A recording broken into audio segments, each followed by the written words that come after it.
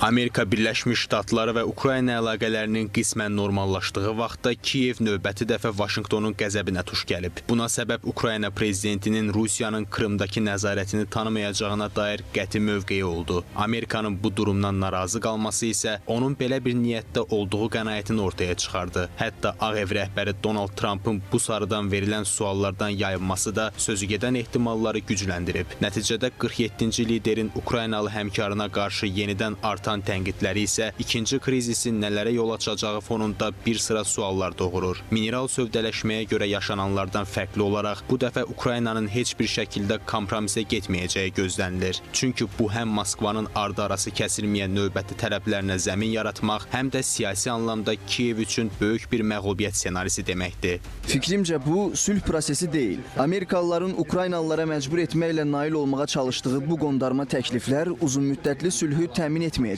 Uzunmüddətli sülhə yol açacaq tək şey Rusiyanın əsla Ukraynanı götürə bilməyəcəyi faktının qəbul edilməsidir. Yəni Rusiyanın ancaq müharibə meydanında məğlub olması sülhə yol aça bilər. Kiyevə yardım məsuliyyətini öz üzərinə götürən Avropa İttifaqının da hansı gedişlər edəcəyi diqqət mərkəzindədir. İndiyədək birlik Ukraynanın ərazi bütövlüyünün bərpasına çox ümidli yanaşmasa da, bir tərəfdən Rusiya ilə hər hansı kompromisin də qəti əleyhinədir. Bu səbəbdən Krım məsələsi ilə bağlı artan narazılıqlar sarıdan Brüssel və Vaşinqton arasındakı fikir ayrılıqları da dərinləşməkdə davam edəcək. Digər mühüm amil müzakirə mərhələsində Amerika ilə Avropa arasında yer dəyişmə ola biləcəyinə dair ehtimallardır. Buna səbəb Donald Trumpın Ukrayna ilə danışıqların Rusiya ilə təmaslardan daha çətin olduğunu dilə gətirməsidir. Hesab olunur ki, həmin açıqlama baxımından artıq Trump administrasiyası dialoq fonunda əvvəlki tək ümidli deyil və bu prosesi yarımçıq saxlaya bilər. Nəticədə Brüsselin daha mühüm oyuncu kimi meydana daxil olmaq imkanı qazanacağı istisna olunmur.